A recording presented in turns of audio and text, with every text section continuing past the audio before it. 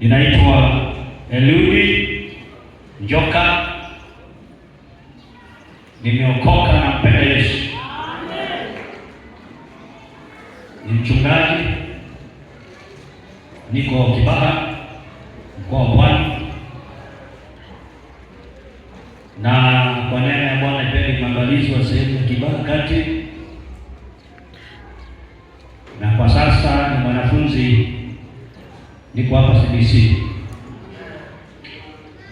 Na asubuhi nimeongea na mke wangu,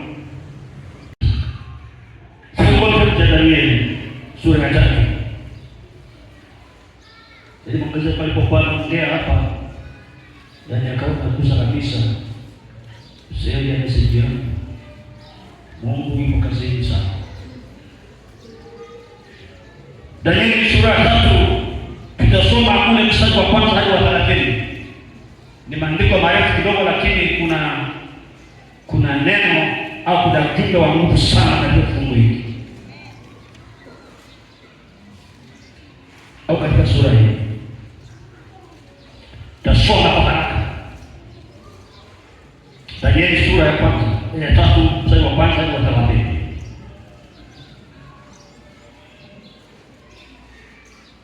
Tasoma. Nebukadneza mfalme alifanya sanamu ya dhahabu ambayo urefu wake ulikuwa ni ridhaa 60 na upana wake ridhaa 6. Akisimamisha katika uwanja wa Dura katika wilaya ya Babeli. Ndipo Nebukadneza akatuma watu kuwakusanya maamiri na manaibu na maliwali na makali na watunza hazina na mawaziri na mawakili na wakuu wa wilaya zote, ili wahudhurie wakati wa kuzindua ile sanamu mfalme Nebukadneza aliyosimamisha.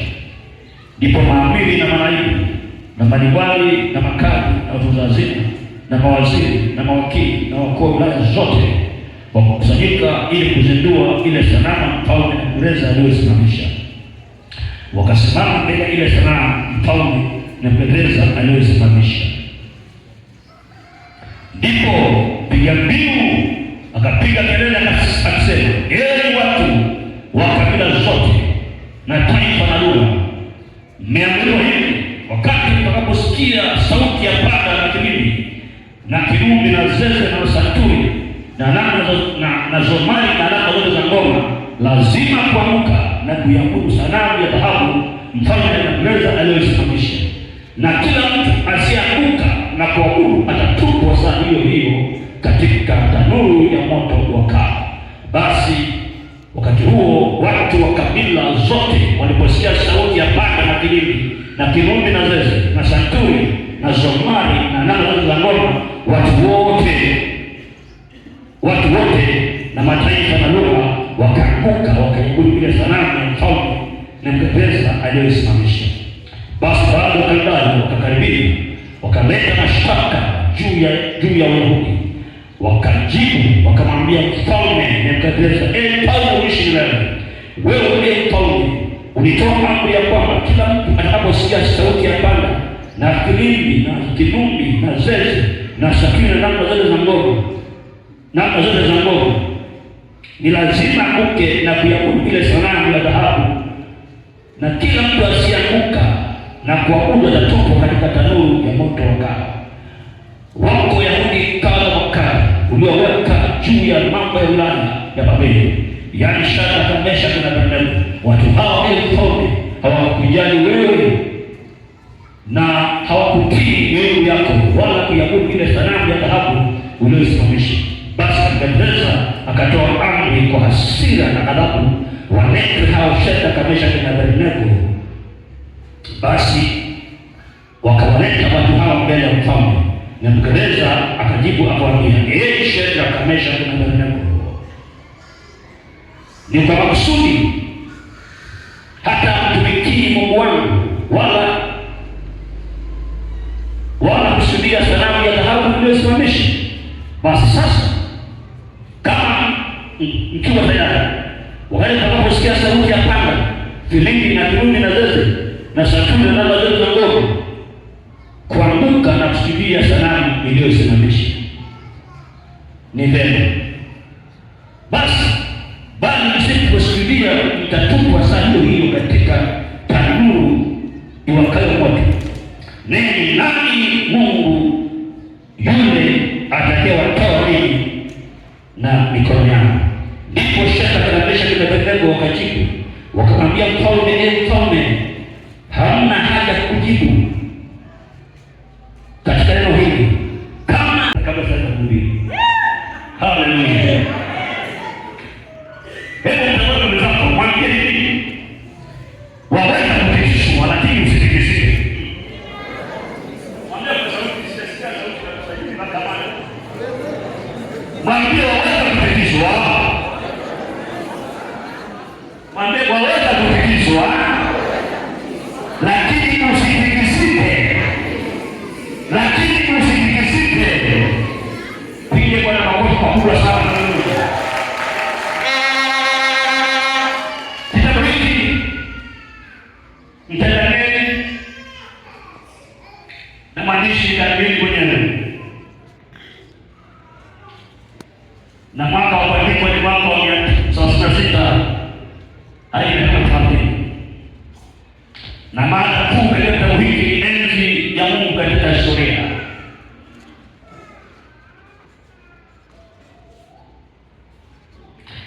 Maandiko tunayosoma tunaona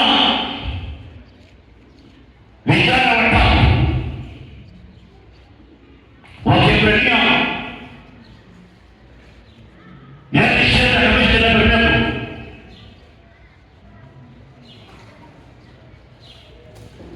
watu hawa walichukuliwa utumwani Babeli ule mwaka wa 65, wakati Nebukadneza mfalme alikuja kumsuru Yuda, wakachukuliwa wakapelekwa utumwani pamoja na Danieli. Na sababu hasa ya kupelekwa utumwani kwa sababu waliacha kumtumaini Mungu, wakawa na miungu mingine. Kwa Mungu akamtumia Nebukadneza kama fimbo ya kuwachapa Israeli kutokana na kumwabudu Mungu mwingine. Wakapelekwa utumwani. Wakiwa huko utumwani, tunaona kisa hiki cha ajabu na cha kusisimua. Tunaona jaribu lililotajwa likiwatikisa imani yao. Tunaona mfalme anapendeza sana, na Nebukadneza alikuwa ni mfalme jeuri sana mbinguni, maana alikuwa ni mtawala mwenye nguvu. Akaamua kutengeneza sanamu ya sura yake na sanamu ya dhahabu, na akatoa amri ya kwamba sanamu hii itazinduliwa kwenye uwanja bora, na wahusika ni viongozi wote wa serikali. Tunaona hapa anakaa viongozi mbalimbali. Huyu ni mtikisiko, anataka watu waabudu sanamu yake, wakapiga mawe.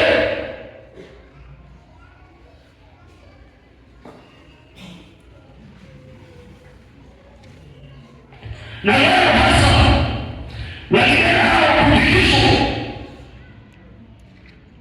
ilikuwa ni kwamba watikisike watoke katika imani yao, na ndivyo alivyo shetani. Ni siri.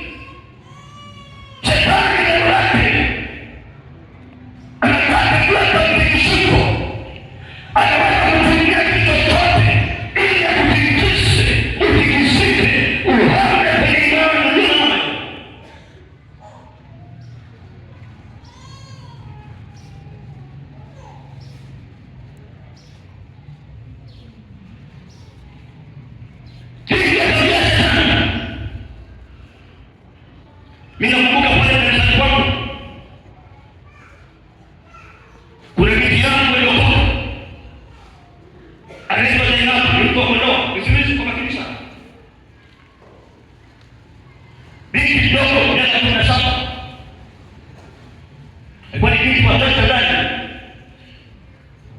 Alipotoka akaja sana, akanyumba na kwaya, akampenda Yesu. Kumbe kule kwa ndoa alikotoka aliacha mchumba, na mchumba mwenyewe ni mpaka kwa miaka 70. Msikilize, alikimbia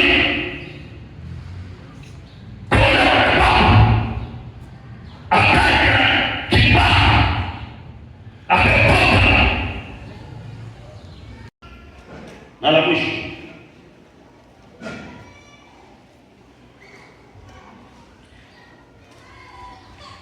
tambua kwa Mungu unayemtumikia atakuokoa au atakupigania.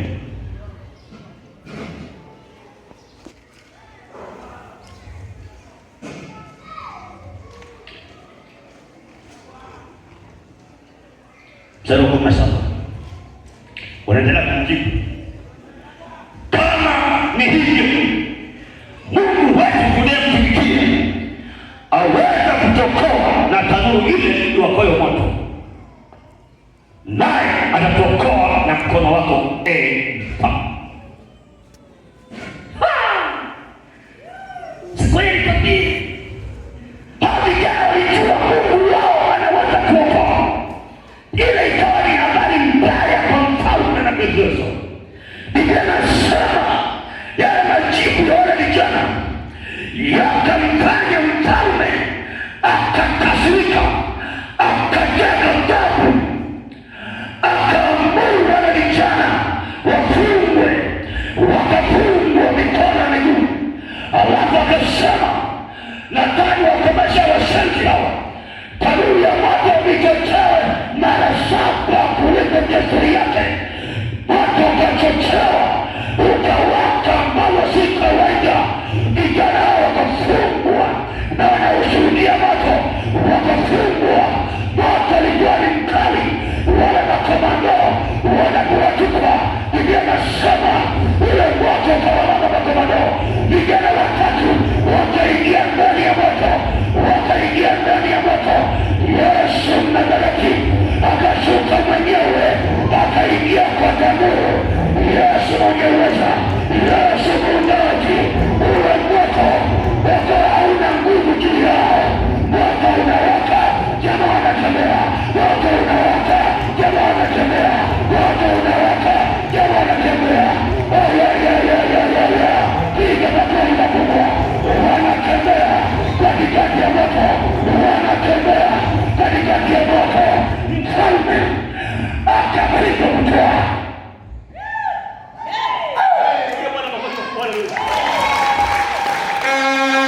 Biblia inasema akapiga butwaa, akaruka haraka, akaenda kwenye tanuru, akachungulia huko eneo lake, akawauliza, jamani, kwani tulikuwa tungapi kwenye moto?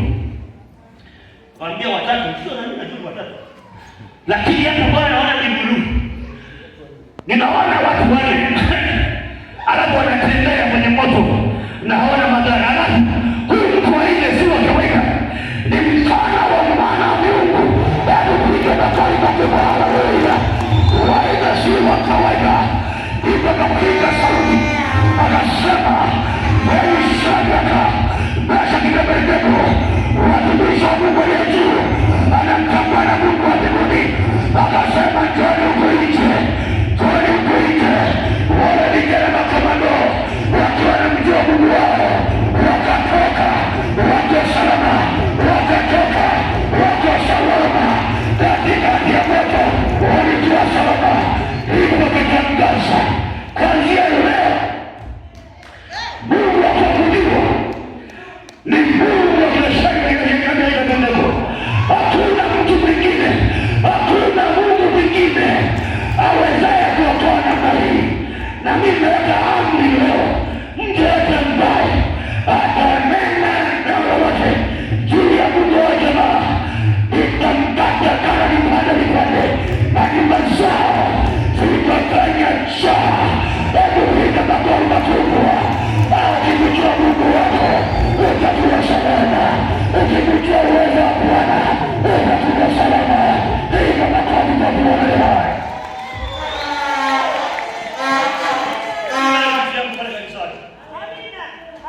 Alema happiness.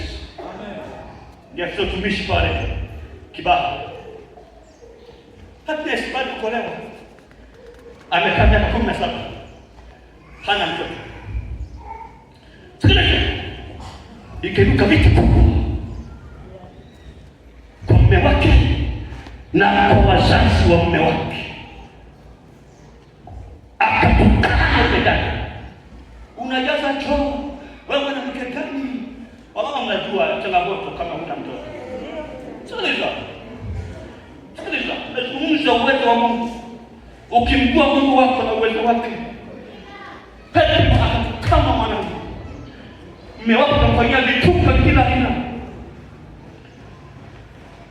Wakamshawishi kwenda kwa waganga kienyeji, akasema no, mimi siende kwa mganga yoyote. Najua Mungu wangu ana uwezo kunipa mtoto. Na kunipa basi. Siko tayari mimi kwenda kwa mganga kienyeji. Sasa Petro akasimama, akaja nikamwombea. Nikamwambia mwanangu, Mungu atakutendea. Endelea kusimama na Jehova. Sikiliza. Sikiliza, hakupita muda mrefu. Nikaona siku moja hapo anakuja nyumbani. Anatabasamu. Jamani, haleluya. Anatabasamu. Anakuja kwa mama mchungaji. Mbona hivi ndio bila furaha na nini? Sasa Yesu watumishi watu wakokwa. Wakakaa na mama yake. Ghafla mama kaja ndani.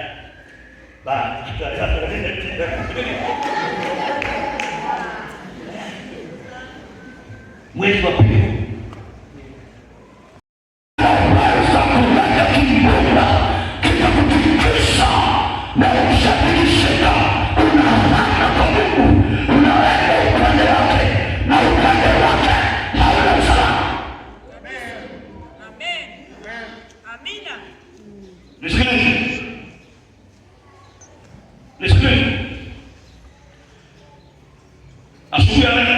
nazo habari njema kwa ajili yako. Piga makofi kwa haleluya. Haleluya. Haleluya. Pamoja na kutikiswa sana na pamoja na kutikiswa, Bwana anasema na wewe usikubali kutikisika hata kidogo. Usikubali kutikisika. Ni kwa namna gani Bwana kusimama imara bila kutikisika? Ninayo mambo mawili. Jambo la kwanza, hofu ya Mungu. Amina.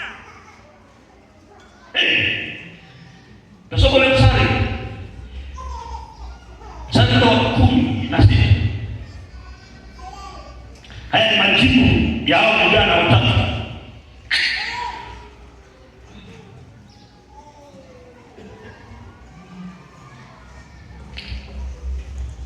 Ndipo Shadraka na Meshaki na Abednego wakamjibu wakamwambia mfalme, Nebukadneza. Hapa walikuwa na ujasiri. Hapa ndio wanasema uishi milele, wakasema jamani, Nebukadneza. Kwa sababu zamani ukilazima useme mfalme uishi milele, kwa nini sheria? Sasa hapa wanasema ndipo Shadraka na Meshaki na Abednego wakamjibu wakamwambia mfalme, Nebukadneza, hamna haja ya kujibu katika neno hili. Hakuna haja ya kujibu. Nisikilize. Kwa nini hawa vijana wanamkatalia mfalme? Kwamba hatuna sababu ya kujibu chochote. Kuna kitu ambacho hawa vijana walikuwa wamekibeba. Hawa vijana watatu walibeba hofu ya Mungu. Walijua Mungu wao, walijua utumishi wake. Ndio maana wakasimama wakamwambia mfalme, hapa sisi hatujibu chochote. Hofu ya Bwana ilikuwa kubwa, hofu ya Bwana iliwakamata. Ngoja nikwambie, ukiwa yule baba alikuwa ni shehe, hapo ni mjako kienyeji, mchumba ametimia. Mambo ya ajabu sana. Binti jana 17, babu miaka 70. akasikia kwamba Zai akashatoroka. Sina alipaa wale mzee. Sumia Zai kwa anafua nguo pale kwao. Akasikia simu na hiyo. Akapokea simu. Kupokea simu yule mzee akasema, Zai kwa nimesikia ndoro. Sasa nakumbuka wiki moja. Rudi na sana ndoro. Niweke tuma ndoa na wewe. Na mimi nipambane kwa baba yako tayari. Na Zai akawa ni baba mshirikina. Zai akawa baba anakimbia na lia. Chungaji, nimepigiwa simu na nani? Unajua nisema kweli mchungaji mimi? Nilikuwa na mchumba, ulikuwa na mchumba. Ila tukuelewe ni mzee mama, ana miaka 70, ni stadi kuolewa na babu. Na ananiambia nirudi hapa nipo wiki moja, na ule mzee ni mchawi mchungaji ni mayeje. Ametikiswa. Nikamwambia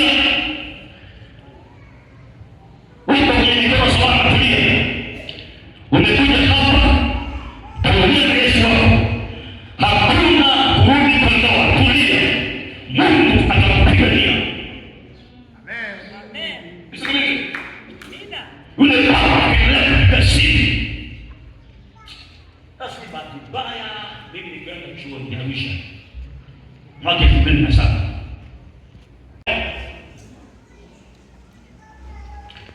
Na yule baba alikuwa na mke mwingine ni mkubwa. Sasa mzee binti bado damu ya moto, abidi mzee ahamie kule, kaanzisha makwetu kule. Ni mkubwa huko baba hamuoni tena. Ikaingia mtu. Sikilizi. Yule mzee akasema atakikomesha hiki kitu. Kinanichukulia mume wangu. Zai kama alikata hapa miezi 6. Alipigwa chini.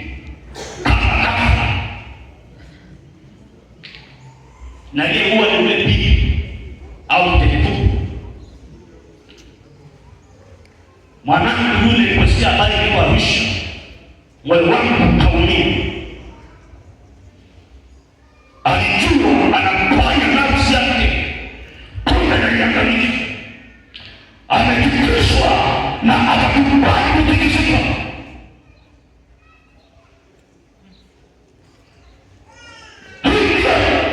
Jika anatumia shetani kukutoa kwenye msimamo wako, hofu ya Mungu na usalama wako, kama anasema amina, sema amina kubwa, ili mapato ya kuwana.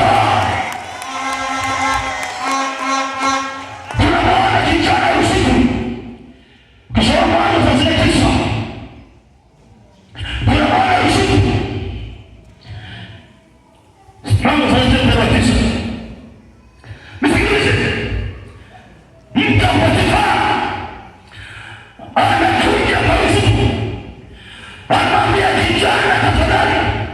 naomba ulale nami, usiku umetikiswa na mtakatifu. Anamwambia kijana, naomba ulale nami, na alihitaji msukua mara kwa mara. Sikia jibu la usiku, anaambia ule mama, sikiliza mama, nitende jambo ya mkubwa, nimkose Bwana wangu. Nini maana yake? Yusufu alijaa vya Bwana. Yusufu alijaa vya Bwana. Ukiwa na vya Bwana utasimama imara. Ukiwa na vya Bwana hautayumbishwa. Ukiwa na vya Bwana hautatikiswa. Pokea vya Bwana. Pokea vya Bwana. Pokea vya Bwana. Imefikia kelele. Pokea. Haleluya, haleluya. Vya Bwana. Ninakumbuka mwangalizi niliacha kazi jeshini. Sikiliza, mimi nataka hizi za Mungu. Yesu kanisa chini ya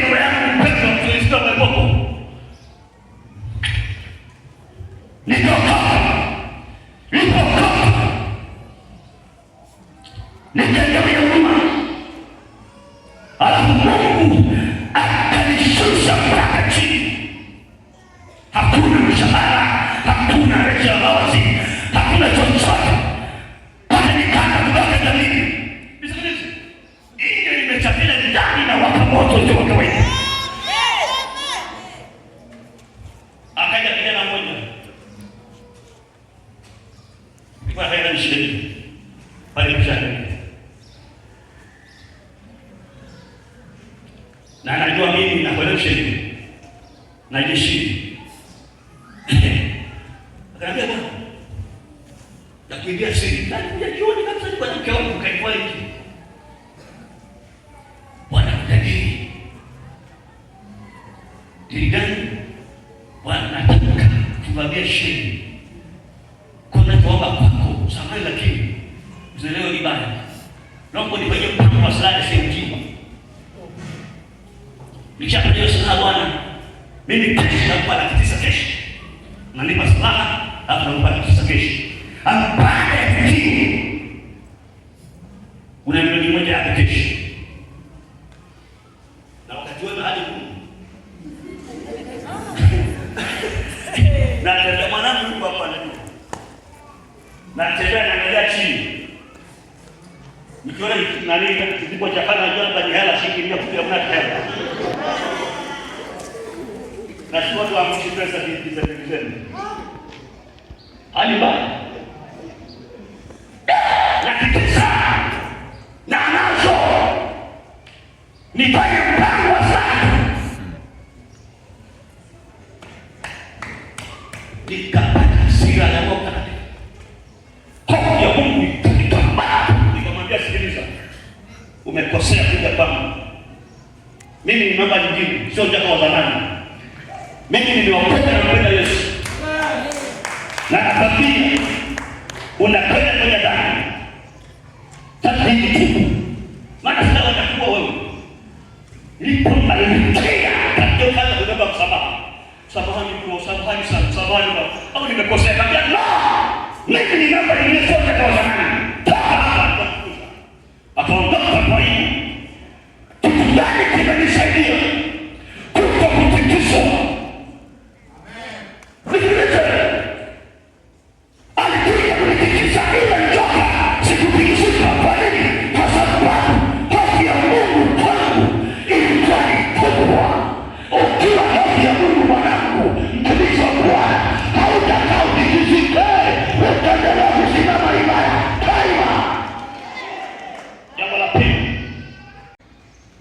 Leo hivi ana mtoto mkubwa Esther na anataka kupata mtoto wa pili. Anasimama na Bwana. Nisikilize. Kitu gani kinakutikisa? Nisikilize. Nini kinakutikisa? Wanangu mabiti.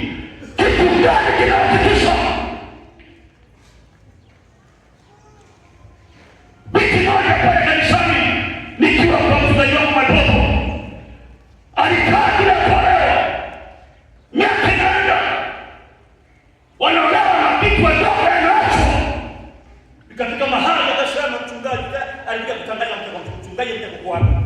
Nini mwanangu? Mimi basi nini? Na mwacha Yesu wako.